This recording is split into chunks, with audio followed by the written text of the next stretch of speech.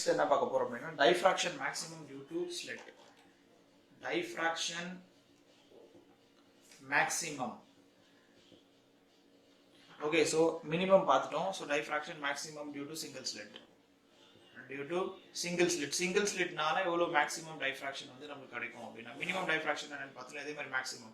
So ஏற்கனவே நம்ம கண்டுபிடிச்ச ரிசல்ட் என்ன அப்படினா நம்ம எழுதிரலாம். So என்ன ரிசல்ட் கண்டுபிடிச்சோம் அப்படினா we can say we have a slit and the center point in the all light rays are meeting at this point. So this will be the resultant intensity. Resultant intensity oda value வந்து என்ன பார்த்தோம் I0 sin square beta by beta square அப்படினு பார்த்தோம். where beta equal to என்னன்னு பார்த்தோம் that would be pi b sin theta by lambda அப்படினு நம்ம பீட்டாவோட value பார்த்தோம். சோ இப்போ என்ன பண்ண போறோம் அப்படினா மேக்ஸिमम இதோட மேக்ஸिमமா இருக்குன்னா அதுக்கு வந்து ஒரு கண்டிஷன் இருக்கு. ஓகேயா? So we can write for maximum என்ன கண்டிஷன் அப்படினா அதாவது இந்த intensity must be அதாவது differentiation of this intensity must be equal to 0. அதுதான் வந்து நம்ம என்ன சொல்றோம் maximum அப்படினு சொல்லுவோம். So we can write di by d beta must be equal to 0. That is the condition for maximum. So இப்போ இந்த intensity equation நம்ம என்ன பண்ணலாம் differentiate பண்ணலாம். So obviously என்ன பண்ண போறோம்னா product rule யூஸ் பண்ண போறோம். So sorry, not product rule, quotient rule use பண்ண போறோம். ஏற்கனவே உங்களுக்கு தெரிஞ்சிருக்கும். again நான் அந்த ஃபார்முலா எழுதுறேன். So v square into you take v காமனா வச்சிட்டு u differentiate பண்ணனும் minus u காமனா வச்சிட்டு v differentiate பண்ணனும். இதான் வந்து product rule. sorry, quotient rule. So அதே quotient rule நான் இங்க யூஸ் பண்ண போறேன். இப்போ இங்க யூஸ் பண்ணேனாங்க ஃபர்ஸ்ட் இது வந்து u, இது வந்து v.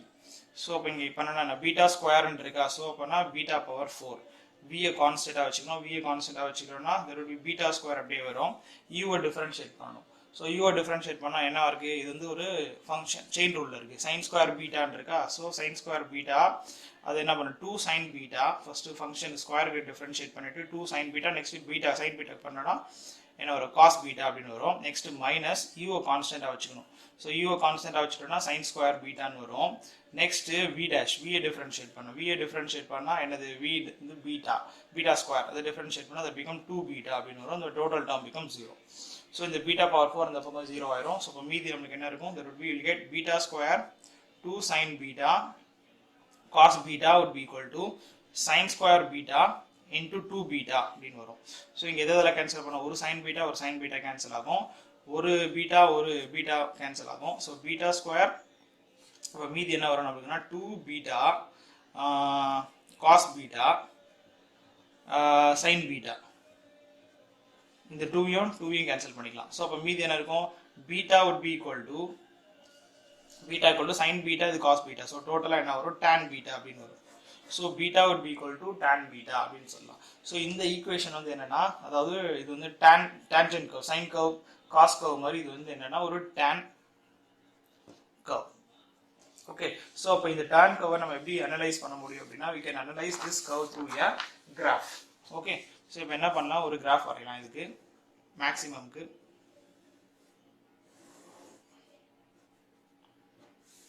ஓகே, இது வந்து x y. சோ நீங்க tan ஓட ஈக்குவேஷன் நம்ம பார்த்திருப்பீங்க. அதாவது y is equal to tan beta அப்படி நம்ம எடுத்துக்கலாம். அங்க பீட்டா ன்னு எழுதிருக்கோம். இது y ன் ஈக்குவேஷன் எடுத்து எடுத்துக்கிறோம். சோ என்ன பண்ண போறோம் அப்படினா tan curve எப்படி வரும் அப்படினா it will comes like this. So you studied in your lower classes tan ஓட curve வந்து இப்படி வரும். ஓகே, இப்படி பெண்ட் ஆயிட்டு. So yeah, actually this would be like this.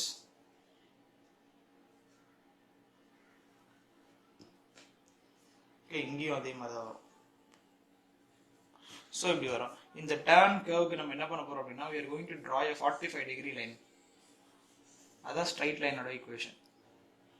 So straight லைனா y equal to tan beta அப்படின்றது ஒரு straight line. Okay, so 45-degree equation நம்ம 45-degree லைன் இப்படி வரைஞ்சோம் அப்படின்னா ஸோ என்ன பண்ணலாம்னா இந்த பாயிண்ட் வந்து நம்ம என்னன்னு சொல்லுவோம் அப்படின்னா சென்ட்ரல் மேக்ஸிமா அப்படின்னு நமக்கு ஆல்ரெடி தெரியும். சென்ட்ரல் மேக்ஸிமா இந்த லைன் வந்து எங்கெங்கெல்லாம் இன்டர்செக்ட் ஆகுதோ அங்கெல்லாம் நமக்கு என்ன கிடைக்கும்? மேக்ஸிமம் கிடைக்கும். ஸோ இங்கே ஒரு மேக்ஸிமம் கிடைக்கும். நெக்ஸ்ட் இங்கே ஒரு மேக்ஸிமம் கிடைக்கும். ஓகே, எந்தெந்த லைன்லாம் வந்து நார்மலாக இருக்கும் அங்கெல்லாம் என்ன கிடைக்கும்? மினிமம் கிடைக்கும். ஸோ இது வந்து ஒரு மினிமம். இந்த சைடில் இது ஒரு மினிமம். இது வந்து என்ன அர்த்தம்னா ஒரு மினிமம். ஓகே, இது இன்டர்செக்டிங் ஆகுதா? ஸோ இது இன்டர்செக்ட் ஆச்சு அப்படின்னா இந்த பாயிண்ட் வந்து நம்ம எக்ஸ்டெண்ட் பண்ணோம்னா will get like this. Okay, so இது வந்து மேக்ஸிமம். ஸோ இது மினிமம், இது மேக்ஸிமம். ஒரு மினிமம், ஒரு மேக்ஸிமம். ஓகே, இதை நம்ம என்னன்னு சொல்லலாம் அப்படின்னா சென்ட்ரல் மேக்ஸிமாவா, இது வந்து ஃபர்ஸ்ட் மினிமா, இது வந்து ஃபர்ஸ்ட் மினிமா, இது செகண்ட் மினிமா. அதே மாதிரி இந்த சைட்லயும் வந்து எதெல்லாம் மினிமம், இந்த எந்தெந்த கர்வ்லாம் வருதோ இது வந்து இது ஃபர்ஸ்ட் மினிமம். அதே மாதிரி இன்னொரு கர்வ் வரைஞ்சோம் அப்படின்னா so will get a curve like this. So இது வந்து என்ன அர்த்தம், செகண்ட் மினிமம். இதில் லெஃப்ட் சைடில் ஃபர்ஸ்ட் மினிமம், ரைட் சைடில் லெஃப்ட் சைடில் இது ஃபர்ஸ்ட் மினிமம், இது செகண்ட் மினிமம். ஸோ இதில் மோஸ்ட் இம்பார்ட்டன்ட் பாயிண்ட் என்னன்னா, ஒரு மேக்ஸிமம்க்கு அப்புறம் நெக்ஸ்ட் மினிமம் வருது, நெக்ஸ்ட் மினிமம்க்கு அப்புறம் நெக்ஸ்ட் மேக்ஸிமம் வருது. ஃபார் எக்ஸாம்பிள் சென்ட்ரல் மேக்ஸிமம் அப்படின்னா இது ஃபர்ஸ்ட் மேக்ஸிமான்னு சொல்லலாம், இது செகண்ட் மேக்ஸிமம்னு சொல்லலாம். ஸோ மினிமம் ஒரு மேக்ஸிமம், ஒரு மினிமம் ஒரு மேக்ஸிமம். பட் இன்டர்ஃபெரன்ஸுக்கும் டைஃப்ராக்ஷனுக்கும் உள்ள டிஃபரன்ஸ் இதுதான். இன்டர்ஃபெரன்ஸ்ல வந்து ஒரு மினிமம்க்கும் ஒரு மேக்ஸிமம்க்கும் உள்ள கேப் வந்து கன்சிக்யூட்டிவா இருக்கும், அதாவது சேம் விட்தா இருக்கும். ஆனா இங்க பார்த்தோன்னா ஒரு மேக்ஸிமம் இங்க இருக்கு, நெக்ஸ்ட் ஒரு மினிமம் வந்து இந்த கேப்ல வருது, நெக்ஸ்ட் மினிமம் இன்னும் கொஞ்சம் கிட்ட வருது, ஸோ இது கொஞ்சம் தள்ளி வருது, அப்புறம் இது கொஞ்சம் கிட்ட வருது. ஸோ அப்போ என்ன ஆகுது, அதோட விட்த் வந்து மாறிக்கிட்டே இருக்கு. இதுதான் வந்து மினிமம்க்கும் மேக்ஸிமம்க்கும் உள்ள வித்தியாசம் இன் டைஃப்ராக்ஷன். ஸோ இன்டர்ஃபெரன்ஸ்ல வந்து எப்பெல்லாம் வந்து நம்மளுக்கு மேக்ஸிமம் கிடைக்கும் அப்படின்னா, will get maximum in integral multiple of wavelength. Path difference integral multiple of வேவ்லெங்த்ல கிடைக்கும், ஃபேஸ் டிஃபரன்ஸ்ல இன்டெகிரல் மல்டிபிள் ஆஃப் 2n பைல கிடைக்கும். பட் இங்க அப்படியே ஆப்போசிட், இங்க வந்து நமக்கு என்ன கிடைச்சிருக்கு, ஆங்கிள் ஜீரோல we are getting a constructive fringe கிடைக்குது. நெக்ஸ்ட் வந்து மல்டிபிள் ஆஃப் பைல நம்மளுக்கு என்ன கிடைக்குது, டிஸ்ட்ரக்டிவ் இன்டர்ஃபரன்ஸ் வந்து கிடைக்குது. ஸோ இது வந்து நம்ம என்ன சொல்றோம்னா பை, அடுத்தது இந்த பாயிண்ட 2 பை, அப்படியே இது வந்து ஸ்வாட் போயிட்டே இருக்கும். ஓகே, ஸோ இதுதான் வந்து மேக்ஸிமமோட கண்டிஷன்.